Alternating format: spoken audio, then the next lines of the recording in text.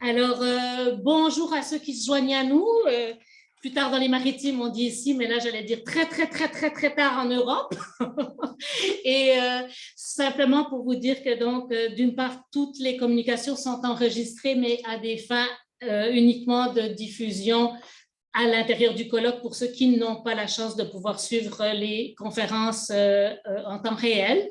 Par ailleurs, pour toute personne qui aimerait poser des questions aux conférencières, à la conférencière qui vient ou au conférencier en général, faites-le par le chat ou clavardage directement.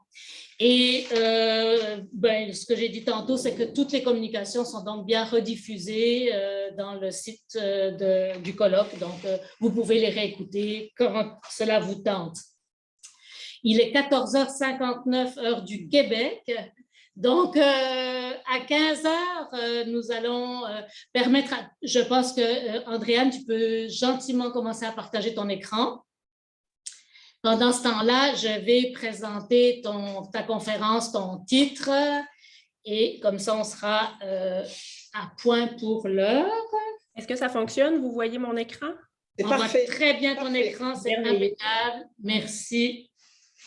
15 heures pile, donc je vais pouvoir dire que je vous présente Andréane Fortin, qui va parler toujours dans le cadre de ce thème du document écrit dans l'écosystème informationnel du citoyen, qui va nous parler de la théorie de la charge cognitive de John Sweller.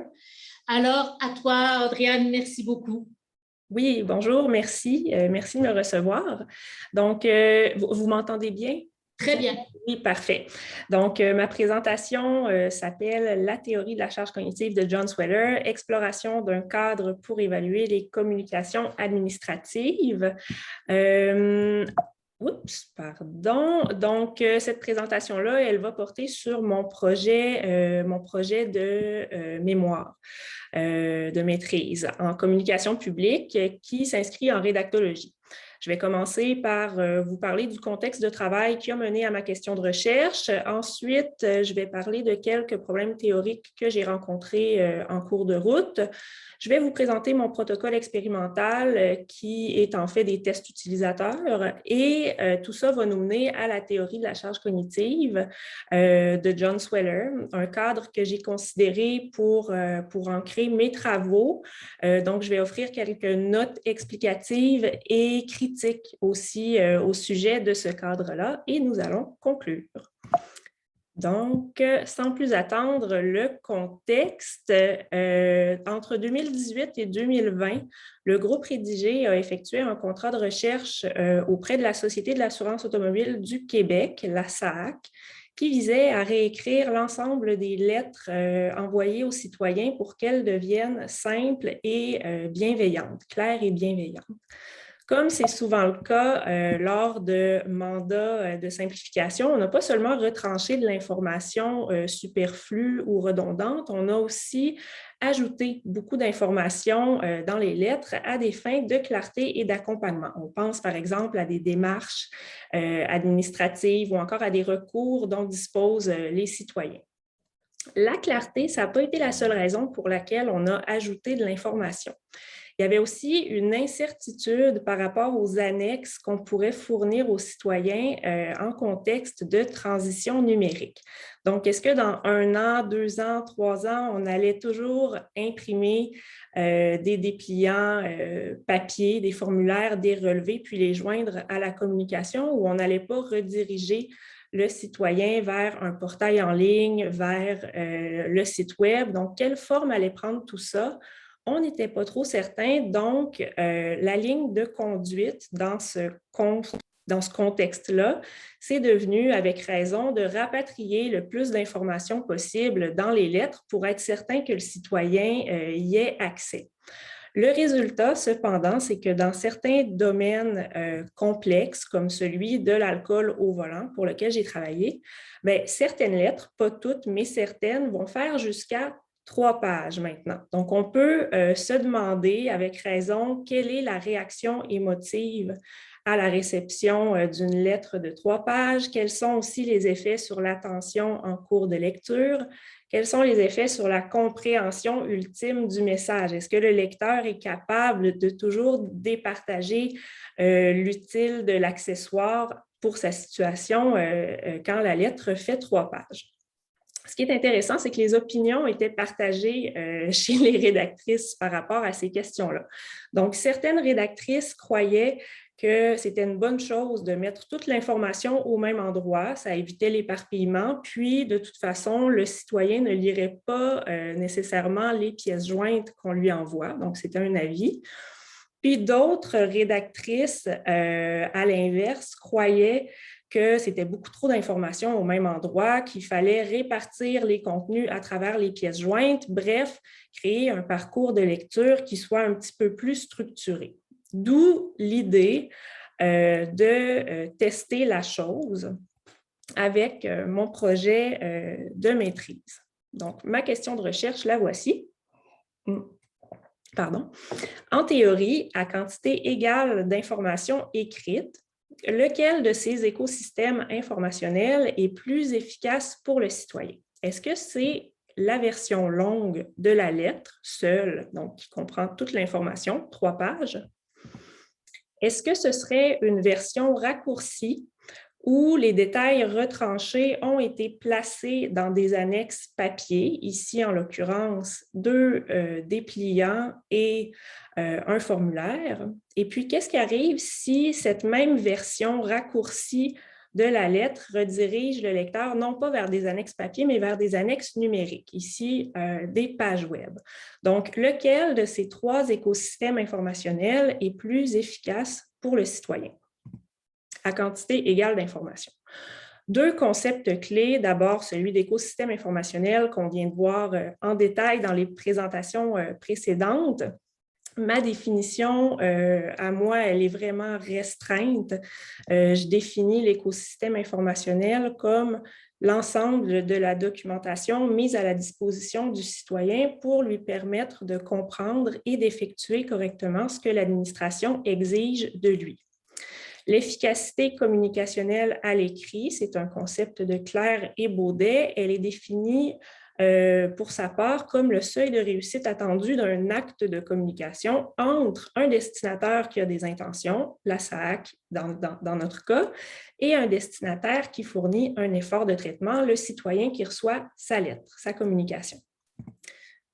Il y a 2 dimensions rattachées à l'efficacité communicationnelle à l'écrit. Une première dimension qui est relationnelle et qui se manifeste par des contenus qui sont tournés vers les préoccupations du citoyen ou encore un ton bienveillant qui favorise la relation avec lui.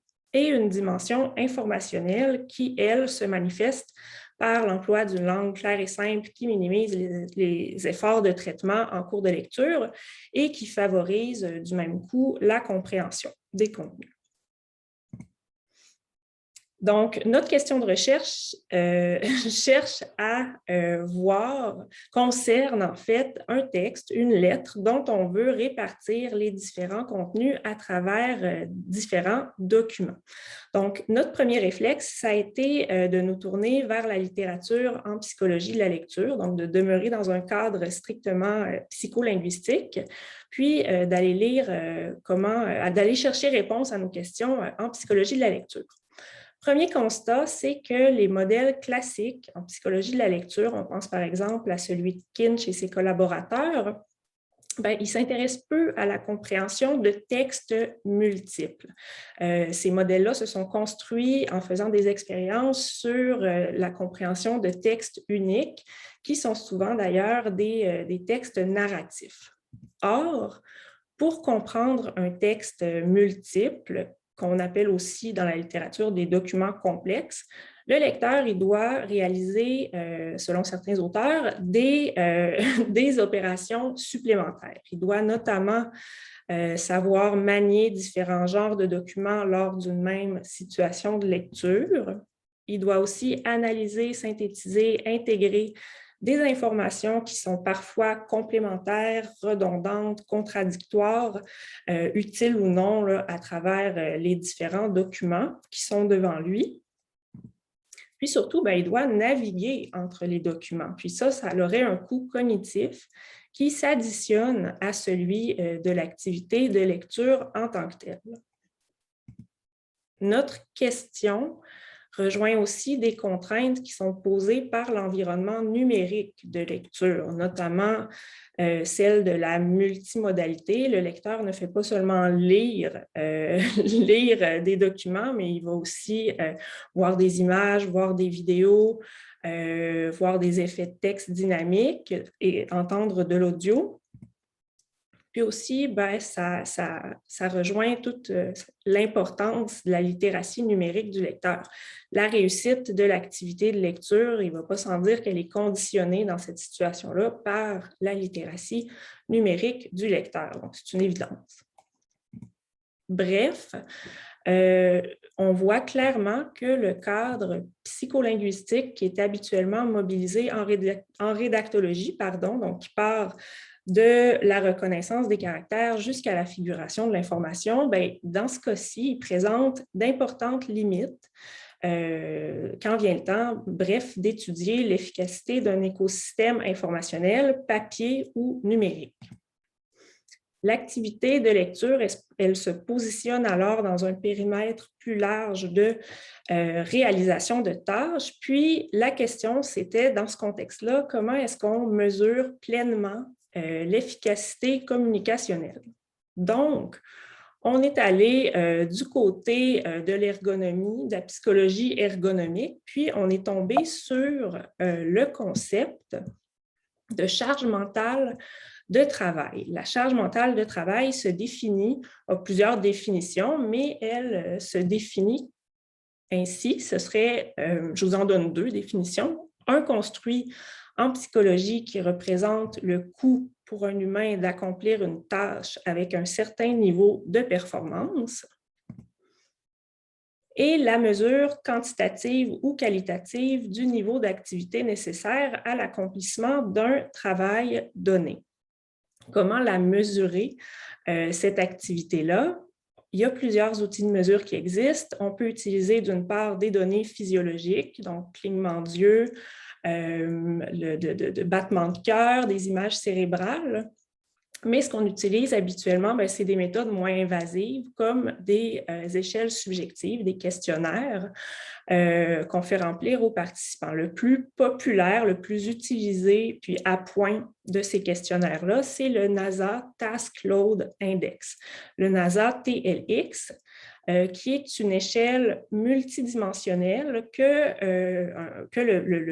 administrée au travailleur ou à l'opérateur à la suite de sa réalisation d'une tâche. Donc, il y a 6 dimensions qui sont évaluées: la demande mentale, la demande physique, la demande temporelle, la performance, l'effort et la frustration. Ces dimensions-là sont pondérées par le participant, puis tous ces résultats nous permettent d'avoir une idée assez précise sur la charge mentale de travail du travailleur ou après avoir réalisé une tâche donnée.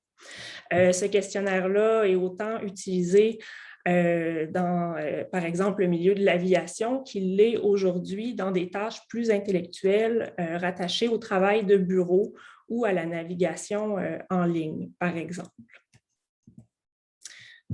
Donc, notre idée, c'était en fait de rattacher ce questionnaire-là à notre protocole expérimental pour qu'on puisse avoir une mesure plus fine de l'efficacité communicationnelle à l'écrit. Notre expérimentation, elle a pris la forme de tests utilisateurs qu'on a menés auprès de faibles lecteurs. Pourquoi des faibles lecteurs?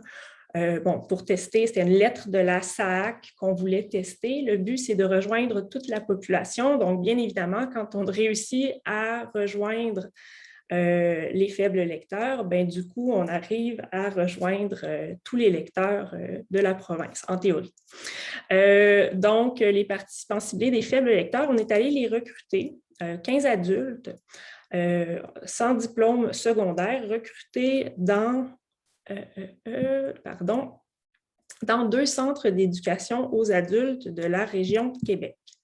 Il y avait 2 conditions qu'il devait présenter. Il devait être détenteur d'un permis de conduire. Donc, on voulait s'assurer qu'il y ait un bagage de connaissances préalables suffisant pour comprendre la communication qu'ils allaient lire qui portait sur l'alcool au volant. Mais en même temps, il ne devait jamais avoir été arrêté pour alcool au volant, justement pour pas qu'ils aient un bagage de connaissances trop élevé pour connaître d'avance, comprendre d'avance les contenus qui leur étaient présentés. Il devait aussi avoir un niveau auto-rapporté de compétences numériques de 8 sur 10 ou plus. Donc, on a cherché à contrôler la variable de la littératie numérique ainsi. Ce qui est intéressant, c'est que cette clientèle-là, sans que ce soit nécessairement quelque chose qu'on cherche à rejoindre, on s'est rendu compte qu'elle était quand même vulnérable.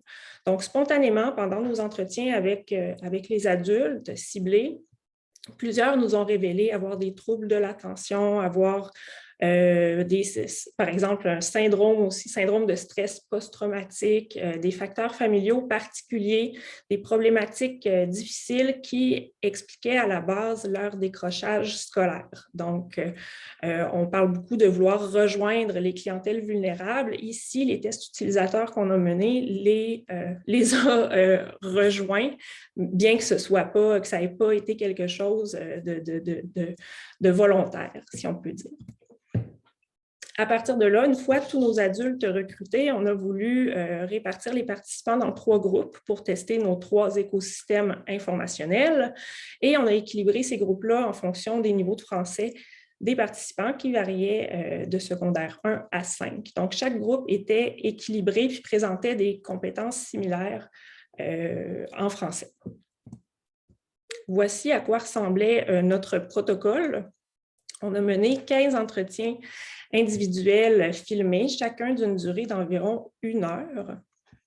En premier, on demandait aux participants de lire les documents fournis. Pour le groupe 1, il s'agissait de la lettre longue. Pour le groupe 2, la lettre courte avec les annexes papier. Pour le groupe 3, la même lettre, mais avec des annexes numériques.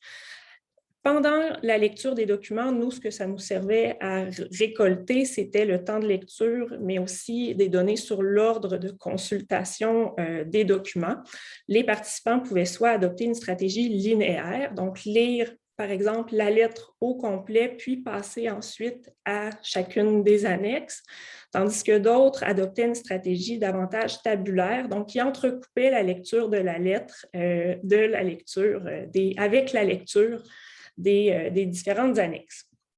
Ensuite, on administrait le NASA TLX afin de recueillir des données sur la charge mentale de travail. On posait ensuite des questions sur la compréhension des contenus qui visaient à mesurer la dimension informationnelle de l'efficacité communicationnelle. Donc, on testait le niveau de compréhension ou de rappel des informations. À cette étape, les participants n'avaient pas le droit à leurs lettres ou à leurs annexes. Et enfin, on redonnait les annexes, les documents aux participants, puis on leur posait des questions ouvertes sur leur appréciation des contenus, de la communication aussi, du format. Tout ça afin de mesurer la dimension relationnelle de l'efficacité communicationnelle à l'écrit. Donc, on parle par exemple d'un ratio de commentaires positifs, négatifs, puis de différentes données qualitatives sur les contenus, le format de la communication, des choses comme ça. Notre schéma d'entrevue avait l'air de ça. Donc, simplement vous dire qu'on avait 35 indicateurs de compréhension ou de rappel par rapport à la compréhension des contenus. Donc, quand le participant nous expliquait dans ses mots avoir compris quelque chose après qu'on lui a posé une question, on cochait, puis ça nous a permis d'avoir une granularité assez fine là, par rapport au niveau de compréhension et de rappel. Notre expérimentation nécessitait aussi la modification du contenu des annexes papier de la SAAC. On se rappelle, notre question de recherche, c'était à quantité égale d'informations écrites. C'est lequel le meilleur écosystème informationnel. Donc, On a utilisé les mêmes annexes papier qui sont utilisées par la Société de l'assurance automobile, mais on a modifié les contenus pour n'inclure que les informations qu'on avait retranchées de la version longue de la lettre. Donc, les 3 groupes, en quelque sorte, lisaient exactement les mêmes informations. Ça ne correspond pas à une situation réelle de lecture, mais dans le cadre de notre recherche, ça répondait à ce qu'on voulait observer. Même chose pour le site web La SAAC. On en a modifié les contenus. On a créé une version qui avait des pages, en fait, qui correspondaient aux annexes papier que le groupe 2 avait.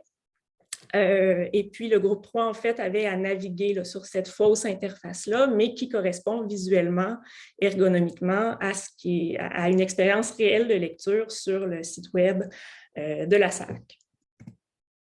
Enfin, une tâche assez difficile, ça a été d'adapter le questionnaire de NASA TLX.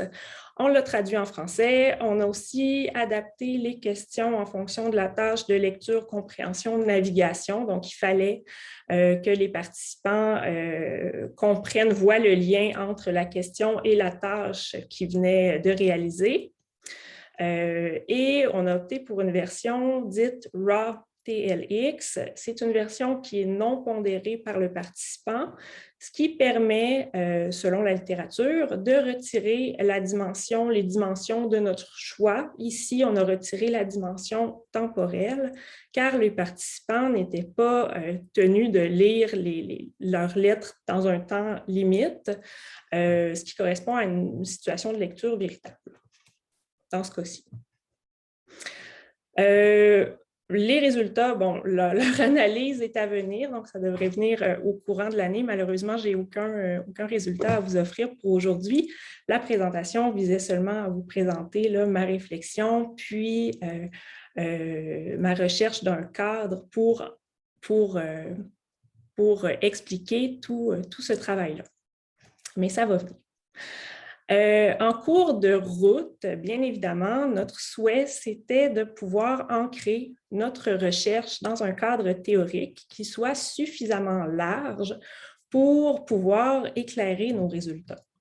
Donc, en faisant des recherches sur la charge mentale de travail, on est souvent tombé sur le concept de charge cognitive, et sur la théorie de la charge cognitive d'un certain John Sweller.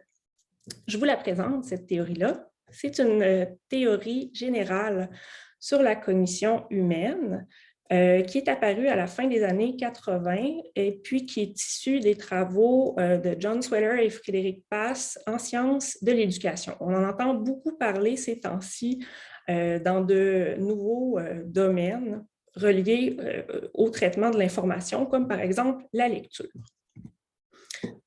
Le but de cette théorie-là, c'est de trouver des moyens d'améliorer l'apprentissage ou la prise d'information en créant du matériel qui va respecter les capacités de la mémoire. Donc, mémoire à long terme, un bassin de schémas de connaissances pratiquement infini qu'on possède tous, puis la mémoire de travail qui a des capacités limitées.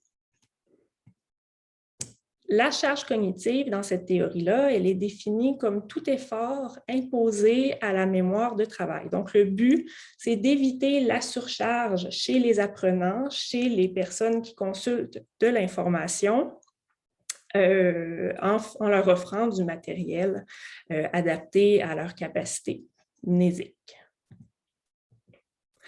On peut voir la théorie comme se divisant à 2 niveaux. Donc, à un niveau général, la théorie va se baser sur les connaissances les plus à jour sur l'architecture cognitive humaine, par exemple les modèles d'Atkinson et Shiffrin ou de Baddeley sur la mémoire. Donc, ces connaissances-là ne sont pas le propre de la théorie de la charge cognitive. Puis, à un niveau spécifique, c'est ça la singularité de cette théorie-là. Sweller et ses collaborateurs postulent l'existence de 3 types de charges qui interviennent dans la tête de l'apprenant pendant l'apprentissage, pendant la prise d'information. Donc, on aurait la charge intrinsèque qui est liée, elle, à la difficulté de la tâche, qui est déterminée par la quantité d'éléments à traiter simultanément, ce qu'on appelle dans le jargon l'interactivité des éléments. On aurait aussi la charge inutile qui, elle, est liée à la qualité du matériel. Ce qui est intéressant, c'est que cette charge inutile-là, elle est modifiable. On a une emprise sur elle, on peut éliminer des détails qui nuisent à la compréhension du matériel, puis bref, on peut la modifier. Et enfin, il y a un troisième type de charge, la charge pertinente, qui, elle, est l'énergie consacrée à la construction de nouveaux schémas en mémoire à long terme. Donc, cette charge-là, elle est bonne, si on peut dire. Charge pertinente, elle est bonne. La charge inutile, elle n'est pas bonne. Il faut l'éliminer, la baisser le plus possible. Et la charge intrinsèque, bon, elle est liée à la tâche en tant que telle, à sa nature, donc on ne peut pas vraiment avoir d'emprise sur elle. À partir de là, les chercheurs, c'est une communauté de recherche qui est très, très dynamique, puis qui est organisée autour de la recherche d'effets qui sont appuyés par des données probantes. Qu'est-ce qu'on entend par effet, par exemple? En fait, ce sont des effets qui vont améliorer l'apprentissage ou la prise d'information. Par exemple, les plus connus, bon, l'effet d'attention partagée, l'information, elle se comprend mieux lorsqu'elle est visuellement intégrée au même endroit. L'effet de modalité, selon lequel présenter un contenu dans une forme auditive, tandis qu'un autre est présenté par écrit, ça augmente la capacité de la mémoire de travail. Donc, on mobilise deux canaux différents de la mémoire de travail, puis ça permet une meilleure prise d'information. Puis enfin, l'effet de segmentation, selon lequel l'information se comprend mieux lorsqu'elle est présentée en segments plutôt qu'en une seule unité continue. Donc, dans le cadre de notre question de recherche, on comprend que c'est bien alléchant. Ça répond à toutes sortes de situations qui sont liées au format de la communication, à son découpage, donc à la question des annexes, puis d'autant plus que la théorie de la charge cognitive, elle est appliquée ces temps-ci dans de multiples domaines nouveaux. La compréhension en lecture, le design d'information, la communication, le web, le multimédia, on la voit un peu partout ces temps-ci.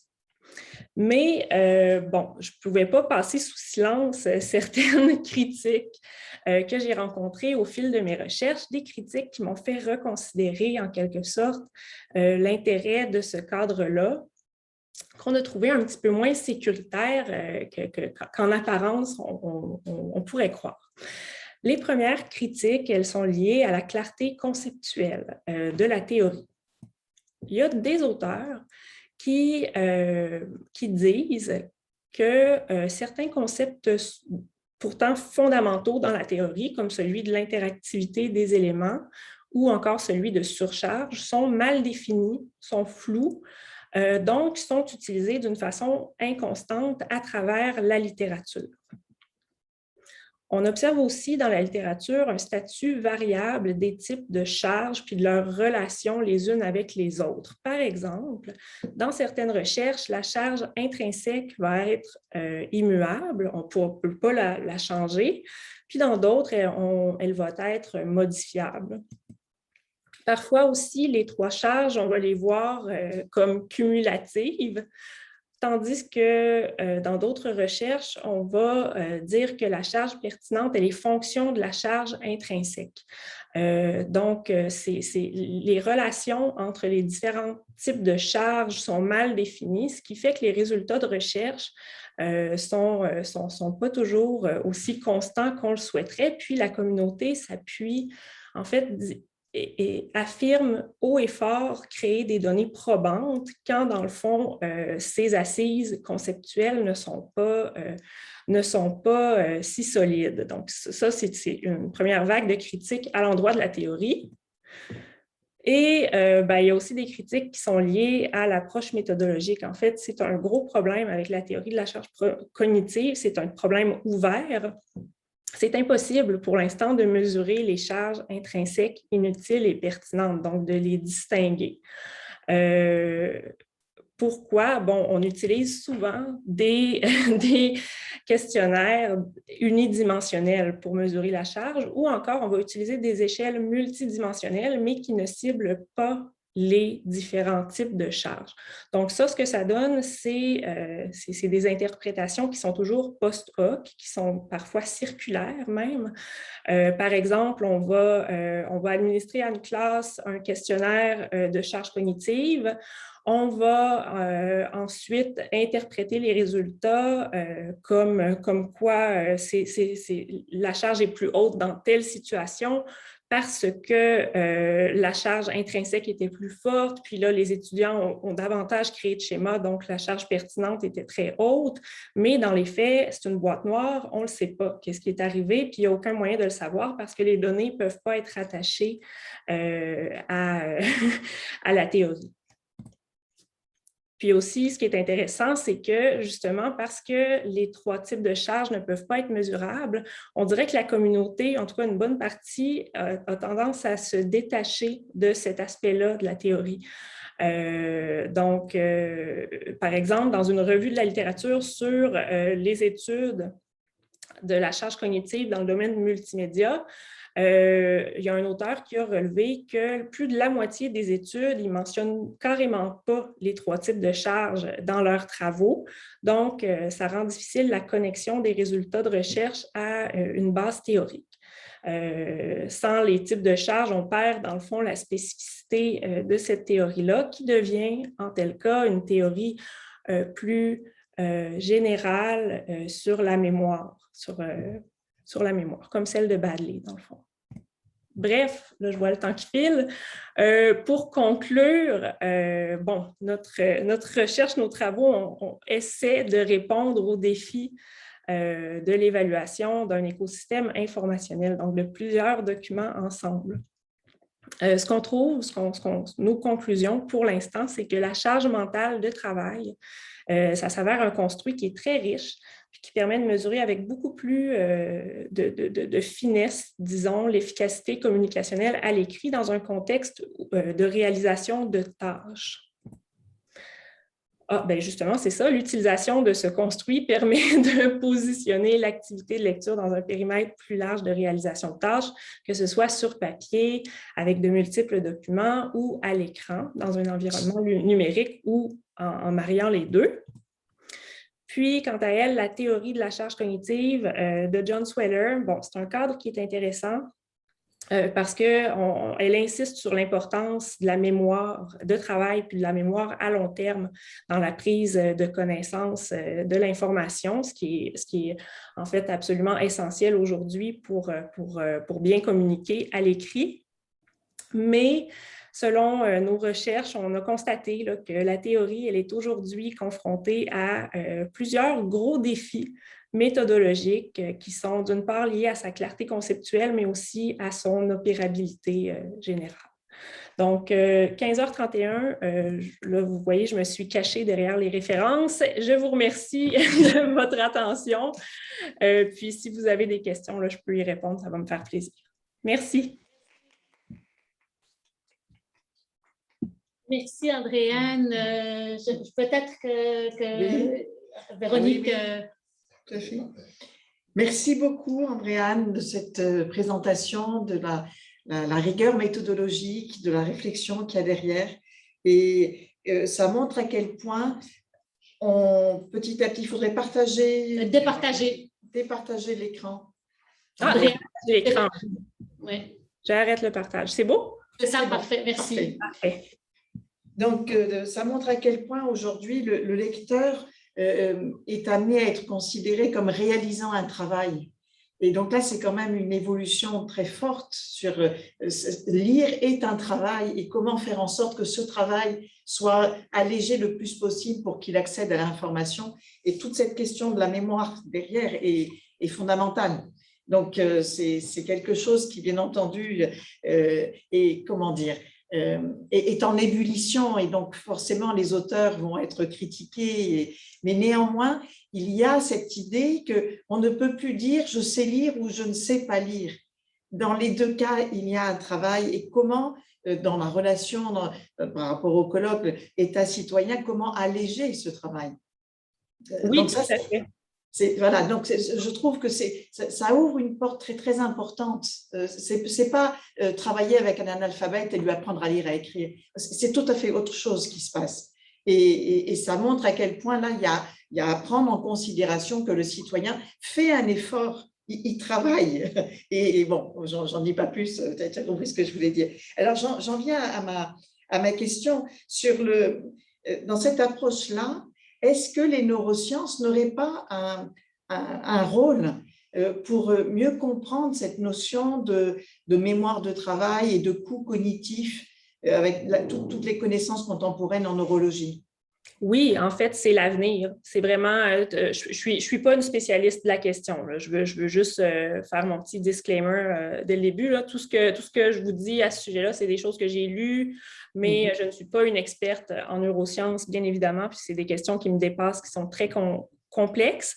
Mais ce qu'on voit partout, en fait, c'est que oui, les outils de mesure neurologiques, si on peut dire ça comme ça, ou c'est de l'imagerie cérébrale, la prise de mesures physiologiques aussi, c'est l'avenir. Ces mesures-là sont de moins en moins invasives en plus. Bref, ça ouvre de très grandes portes par rapport à l'évaluation du coût engendré par toutes les activités de notre vie, y compris celle de la lecture, dans différents contextes. Merci. J'ai une question de Sarah Vecchiato qui nous vient d'Italie. Merci Sarah d'être à l'écran à cette heure-là en Italie. Bonjour. À votre avis, peut-on penser corriger les, entre guillemets, défauts de la théorie de la charge cognitive par d'autres théories plus classiques?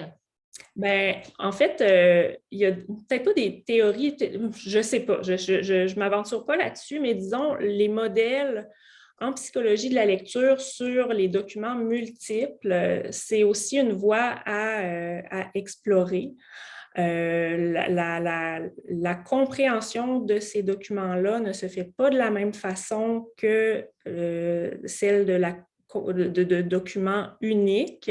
Donc, ce serait une voie à explorer. Sinon, ben, il reste toujours le cadre plus général du fonctionnement de la mémoire de travail qui est rattaché, sans être rattaché. Il y a plusieurs revues de la littérature sur le lien entre mémoire de travail et compréhension en lecture qui ne sont pas nécessairement rattachées à la théorie de la charge cognitive, mais qui sont très, très, très éclairants par rapport à tout ça.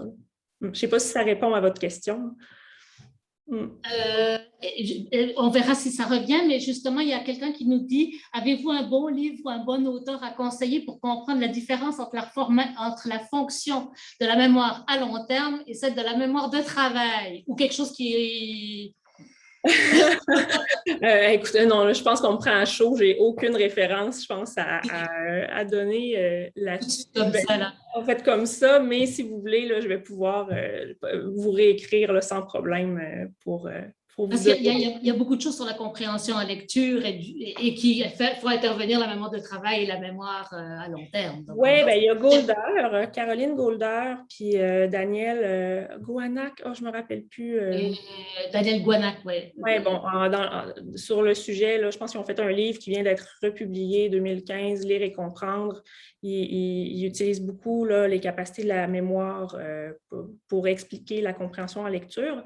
C'est accessible aussi comme ouvrage, mais sinon, là, non, mais c'est parfait. De toute façon, on pourra chatter, on pourra répondre à d'autres choses.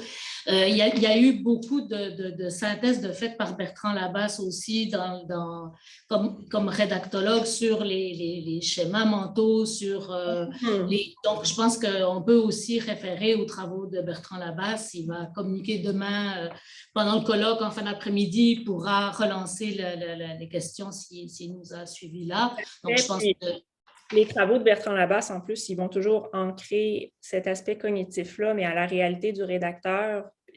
Donc, on se retrouve avec des outils qui, disons, sont plus faciles à manier sur le terrain, ce qui est bien aussi. Oui, ce qui est parfait. Dominique Joseph, bon, Bertrand est là et il dit ce ne sont pas les mêmes fondements. Pas les mêmes fondements. Il reviendra demain pour nous en parler. Dominique Joseph demande, super intéressant, les cadres utilisés pour évaluer les tâches dans les enquêtes sur la littératie et les compétences peuvent-ils être utiles? Évaluer les tâches dans les enquêtes. Bon, oh oui, c'est ça. Les enquêtes en la littératie distinguent la résolution de problèmes en environnement numérique et la littératie et la numératie.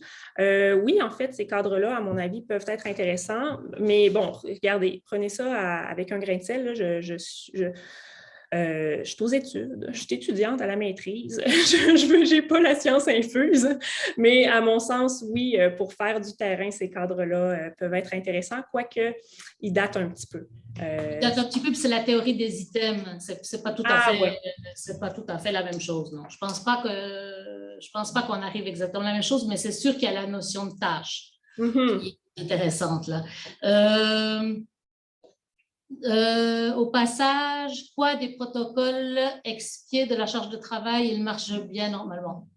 Donc, ça, je pense que c'est Bertrand qui nous suit dans le chat. Donc, moi, j'aurais une question sur l'effet générationnel.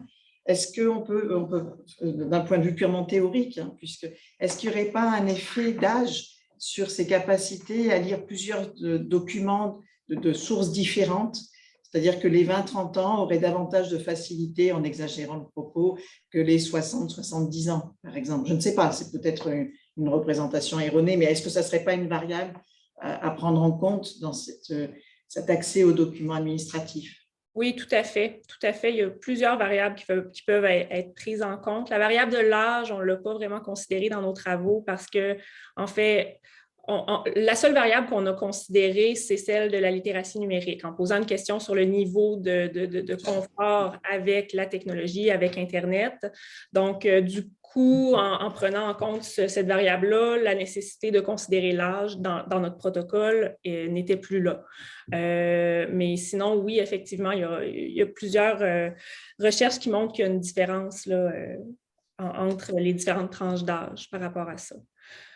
Je vois le protocole que finalement que tu as utilisé, donc en fait finalement la grille qui te permettait, elle est quand même beaucoup plus opérationnalisable.